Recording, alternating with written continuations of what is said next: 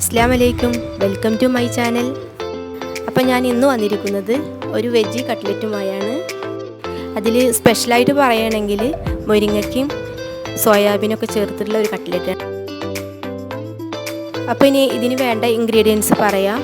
3 സവാള, 1/2 cup soybean ഉപ്പും മുളകിട്ട് വേവിച്ചത്, 1/2 കപ്പ് മുരിങ്ങയ്ക്ക, 1/2 cup carrot, 1/2 cup cabbage, 1/2 cup green piece,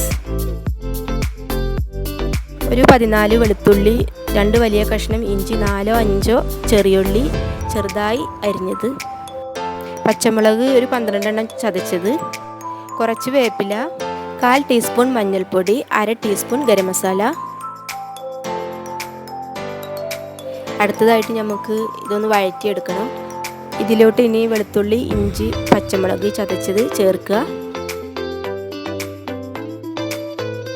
സവാള ഇട്ട് വഴന്നതിന് ശേഷം ബാക്കിയുള്ള വെജിറ്റബിൾസ് എല്ലാം ഇട്ട് നന്നായി വഴറ്റിയെടുക്കുക.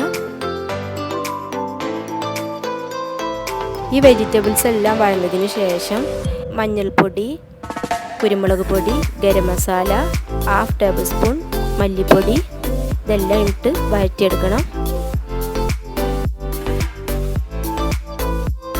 ഉപ്പ് ആഡ് ചെയ്യുക. ഇതിനെ ഒന്നുകൂടി നന്നായി വഴറ്റി 1 ടേബിൾ സ്പൂൺ ബ്രെഡ് ക്രംസ് ചേർത്ത് കൊടുക്കുക. ഇതിൽ ഈ ബ്രെഡ് ക്രംസ് ചേർത്തത് ബൈൻഡിങ്ങിന് വേണ്ടിയാണ്. ഇനി നമുക്ക് ഇതിലോട്ട് 5 ഉരുളൻകിഴങ്ങ്, അതൊരു മീഡിയം സൈസ് ഉരുളൻകിഴങ്ങ് വേവിച്ച് ഉടച്ചത് ഇതിലോട്ട് ചേർത്താൽ ഇത് റെഡിയായി. ഇനി നമുക്ക് കട്ട്ലേറ്റ് പൊട്ടി പോകാതിരിക്കാൻ ബ്രെഡ് ക്രംസിൽ 1 tablespoon cornflour, 1 tablespoon മൈദപ്പൊടിയും ചേർത്ത് കൊടുക്കുക. ഇനി സാധാരണ കട്ട്ലേറ്റ് ചെയ്യുന്നത് പോലെ തന്നെ ആദ്യം മുട്ടയിൽ മുക്കി ബ്രെഡിൽ മുക്കി എണ്ണയിൽ ഫ്രൈ ചെയ്യുക.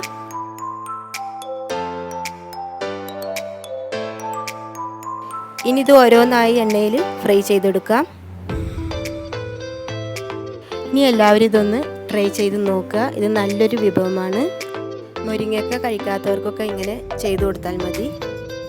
കട്ട്ലേറ്റ് റെഡിയായി. വീഡിയോ കണ്ട് ഇഷ്ടപ്പെട്ടാൽ നിങ്ങളെല്ലാവരും ലൈക്ക് ചെയ്യണം, ഷെയർ ചെയ്യണം, സബ്സ്ക്രൈബ് ചെയ്യണം. അപ്പോൾ ഇനി നെക്സ്റ്റ് വീഡിയോയിൽ കാണാം. അസ്സലാമു അലൈക്കും.